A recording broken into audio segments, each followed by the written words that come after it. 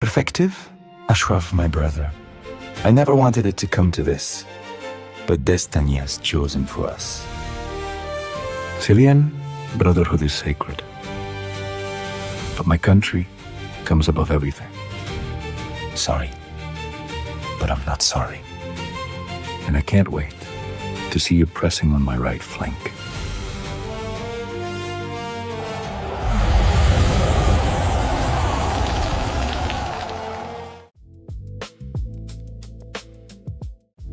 Ce France-Maroc sans la poudre.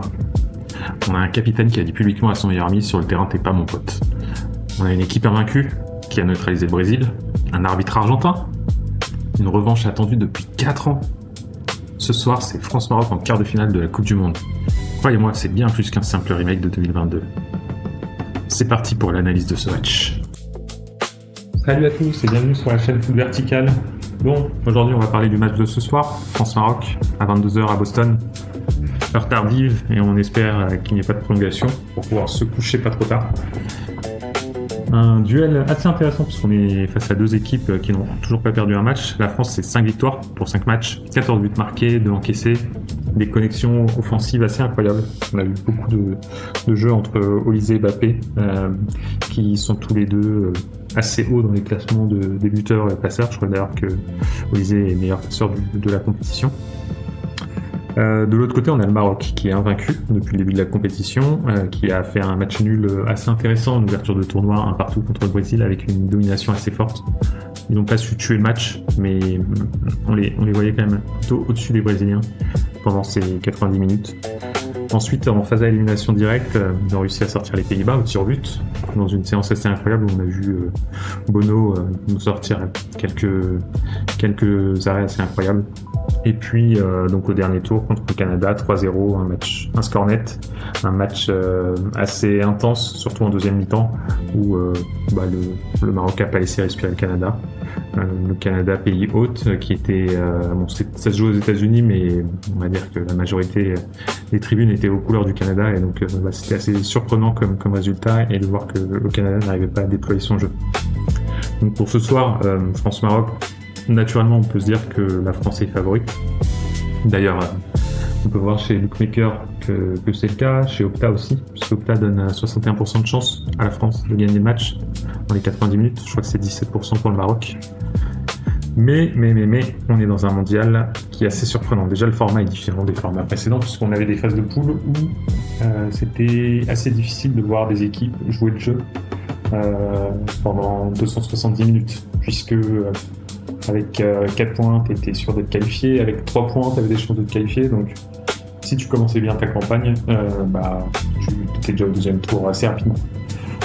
C'est ce qu'on a vu par exemple avec l'Allemagne, qui a gagné ses 2 premiers matchs, qui a fait énormément tourner sur le 3e et qui a d'ailleurs laissé filer le match. La France, de son côté, a été assez sérieuse, puisque 3 matchs, 3 victoires, même si le dernier match, c'est un peu l'effet inverse, puisque c'est la Norvège qui a fait tourner, je crois, avec 10 remplaçants qui ont débuté le match contre la France. Donc ça c'est difficile. Par contre, sur les phases d'élimination directe, là c'est un peu plus intéressant, puisque on constate des surprises assez surprenantes, pas uniquement sur le résultat, mais aussi sur le contenu. On a vu l'Allemagne se faire sortir par le Paraguay.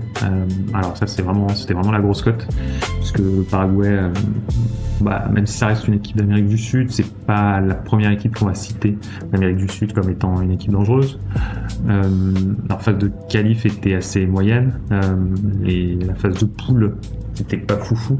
Et donc on s'attendait quand même à une Allemagne qui écrase son adversaire. Ça n'a pas du tout été le cas. On a vu quelques équipes qui ont galéré dans cette phase d'élimination.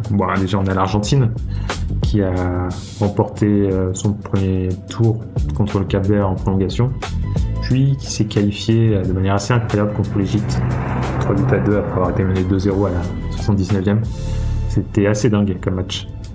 On a vu d'autres pays, les Pays-Bas qui sortent, c'est assez surprenant parce qu'ils ont quand même réalisé une bonne phase de qualification. Mais clairement le Maroc était au-dessus. Sur les autres matchs, il y a eu l'Angleterre qui a pas mal galéré, la Belgique qui s'en sort assez miraculeusement. Ensuite, sur les autres matchs, le Portugal qui gagnait à la 91e minute avec le but de Gonçalo Ramos. Le Brésil qui menait à la mi-temps contre le Japon, qui menait en tout cas 1-0 à la 60e et qui renverse le match. Bref, beaucoup de résultats assez serrés. C'est ce qui me fait dire que pour ce soir, il ne faut pas s'attendre forcément à un match à sens unique. D'autant que le Maroc aujourd'hui, on ne peut plus considérer que c'est une équipe surprise, c'est plutôt une confirmation. Ça bosse très bien depuis 4 ans.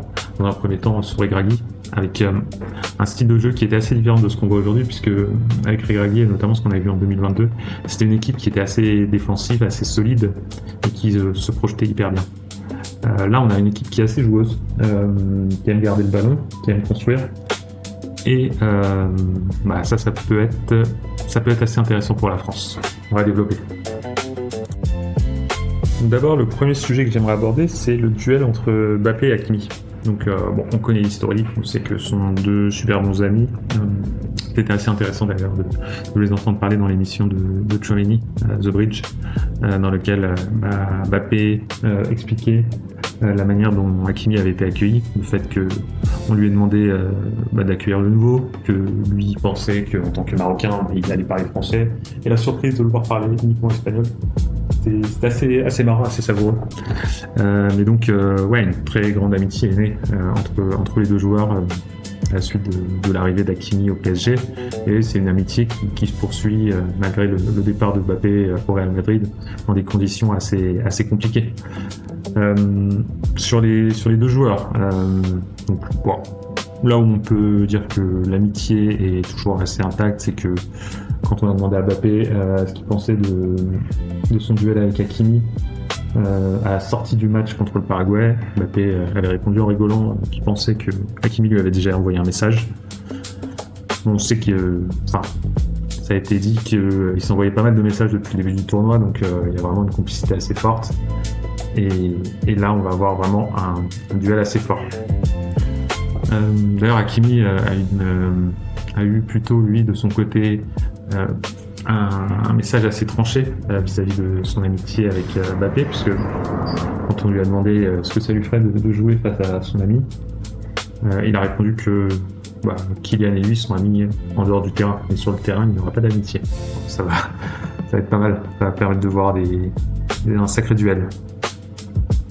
Donc là, si on revient uniquement sur le sportif, donc Mbappé, il évolue dans l'axe, donc pas forcément sur le couloir d'Hakimi, mais on sait que Mbappé a l'habitude de se déporter sur le côté gauche de l'attaque française assez régulièrement, parce qu'il aime être sur son pied droit, il aime centrer en utilisant son intérieur du pied, il aime frapper de l'intérieur du pied, et puis il aime dribbler à partir de ce côté. Donc on sait qu'il peut y avoir des permutations. On a vu d'ailleurs que Barcola, qui pourrait jouer du coup ce soir, on a vu que Barcola aimait bien aussi revenir dans l'axe, donc les permutations vont permettre à Mbappé de se retrouver côté gauche et de poursuivre ce duel avec Achraf Hakimi. D'ailleurs, Hakimi, ce qui est à noter, c'est qu'Hakimi, c'est un latéral qui est assez offensif. Donc ça va être intéressant de voir comment il va gérer le match. Est-ce qu'il va continuer à monter énormément et donc à gérer sa couverture avec Wadi, parce que sur le schéma marocain, c'est effectivement Hakimi qui monte pour déborder, c'est Wadi qui va couvrir la montée d'Hakimi. Et donc la question qui va se poser, c'est est-ce que les Marocains vont poursuivre sur ce modèle, ou est-ce que Hakimi va être beaucoup plus prudent, étant donné que c'est l'équipe de France, que c'est Mbappé, que c'est Barcola, que c'est Doué potentiellement, que c'est Olysée, Dembélé, bref, beaucoup de joueurs qui changent de place en attaque en équipe de France, qui peuvent être dangereux à partir de n'importe quel côté. Ça va être intéressant à suivre, d'autant que de l'autre côté, c'est Mazraoui qui est latéral droit de formation, qui va jouer à gauche. Mazraoui, c'est pas la même chose qu'Hakimi, puisque Mazraoui est un peu plus défensif, même si offensivement il est assez bon, mais défensivement, il est beaucoup plus rigoureux défensivement. Je pense que c'est lié aussi à son passage à Manchester, où il a pas mal joué troisième défenseur central dans les compos de Ruben Amorim. Donc ça lui a donné un peu plus de confiance sur l'aspect défensif et de réflexion sur la stratégie défensive à avoir face à des adversaires rapides de débordement. Donc je pense que le jeu il va vraiment se jouer sur le côté gauche de l'attaque des Français, donc sur le côté droit de la défense marocaine. Si on reprend maintenant les compos, donc côté français, pas vraiment de surprise. On devra juste voir qui va débuter titulaire entre Doué et Barcola. J'ai lu que Doué pouvait partir favori sur le poste ailier gauche pour ce soir. On va voir. C'est vrai que l'option Barcola peut être intéressante si Hakimi est hyper offensif et donne de l'espace sur le côté gauche de l'attaque française. Mais Doué, ça peut être aussi pas mal, étant donné sa très bonne entrée au Paraguay. On a vu qu'il était assez en jambes, qu'il était capable de faire de belles différences de par ses dribbles. Donc ça peut être pas mal. Donc pas de surprise puisque Tchouaméni est toujours blessé. Je pense qu'il devrait être de retour sur le banc, mais impossible qu'il débute ce soir, sauf si Deschamps a bien caché son jeu. Donc on devra avoir la paire Koné-Rabiot.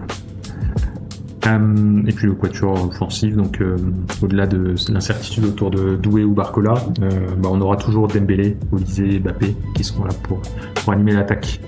Côté Maroc, je crois que Sagbari est toujours blessé et forfait.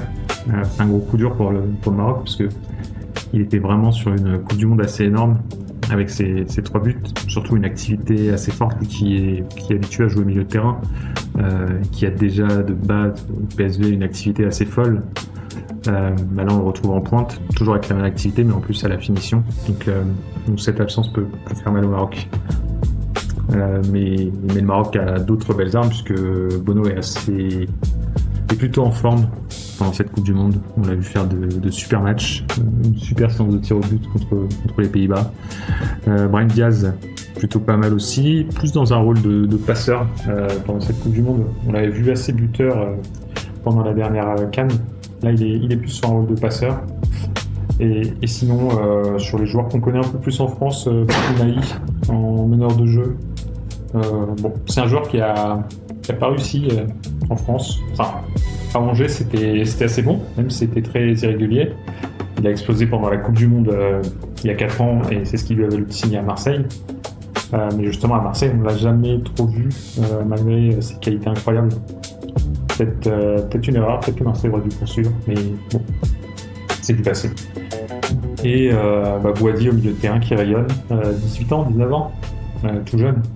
Il aurait pu jouer pour l'équipe de France. Il y a eu des rumeurs d'ailleurs qui sont passées dernièrement où on a entendu parler du fait que Zidane avait essayé de lui passer un petit coup de fil pour lui dire qu'il voulait qu'il soit le futur milieu de terrain de l'équipe de France sous ses ordres. Bon, info, intox, on sait pas trop. Mais ce qui est sûr, c'est qu'il a choisi le Maroc. Il joue pour le Maroc et il joue plutôt bien pour le Maroc. Donc tant mieux pour lui.